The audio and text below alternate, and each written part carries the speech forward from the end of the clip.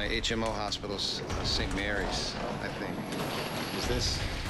Am I at St. Mary's? Not quite.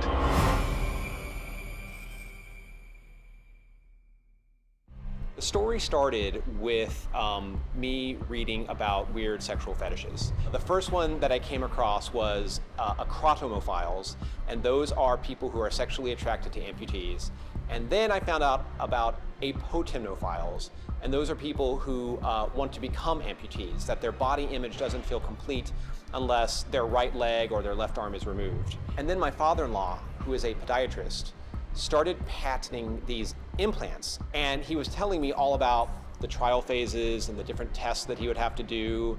And somewhere along the line, I put those two worlds together, and I thought, wait a minute, what if the unsub is a doctor, or at least appears to be a doctor, who is operating on unwilling patients? We've gone 8 seasons, and we've never done doctors, fear of surgery, fear of being cut, this whole world of how scary just a hospital room and an operating room is, and suddenly felt like, yeah, let's do that. John Nelson, the unsub mortician. Well, that's what he is. He's a mortician. And he has a lovely wife that he's very much in love with, and she only has one leg. And this is going to sound probably a little strange. He loves her so that his one main objective in life is to try and help her. And to do that necessitates human experimentation. It's rather like a Frankenstein story.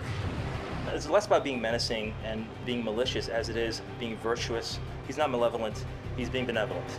That informs the performance, I think, because when you're talking to your victims, you don't have anything against those victims. Those victims are actually helping you reach that breakthrough you need to take care of your wife. So that's the trick, is to kind of turn that cliche character around a little bit and let him think that everything he's doing is for a higher power, a higher purpose.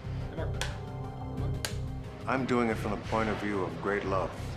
I do lose a few of my subjects, but it's done out of something pure in the heart. We never say this, but I think you sort of feel it in his treatment and Ray Wise's amazing performance, that he views these bodies that he's operating on as corpses, that he's probably done this 100 times on dead bodies, and the fact that now they're talking back to him is irrelevant, because he sees himself as God, and he can do whatever he wants to this meat and bone and flesh. It's not my leg.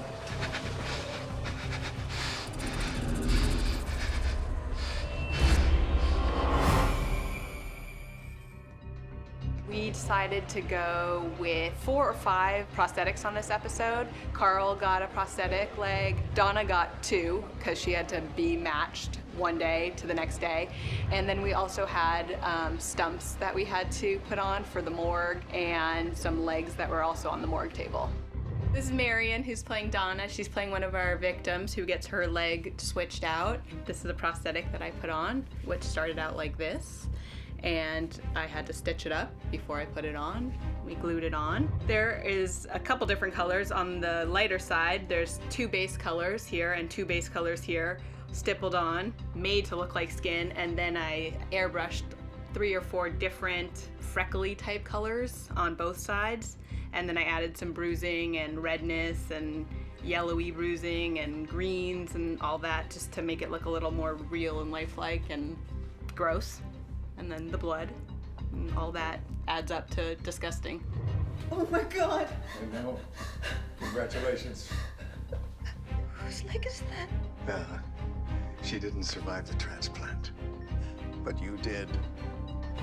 It's not really hard to act once you see it, because the prosthetic looks really good. I was trying not to look at it for the 2 days I had it, because I didn't want to be like dead to it, when I finally did see it. But no, I mean, it's like no acting required. It's a horror show. I can't move it. You will in a few days. For me, the thing that made me the most nervous was the makeup. It could take you out of the scene in a bad way, it could make you laugh. The whole makeup department did an amazing job of really selling the real Cronenbergian, body image horror that you would have, in that moment, that everybody would have, doesn't matter who you are. it was really, really effective and evocative. Move.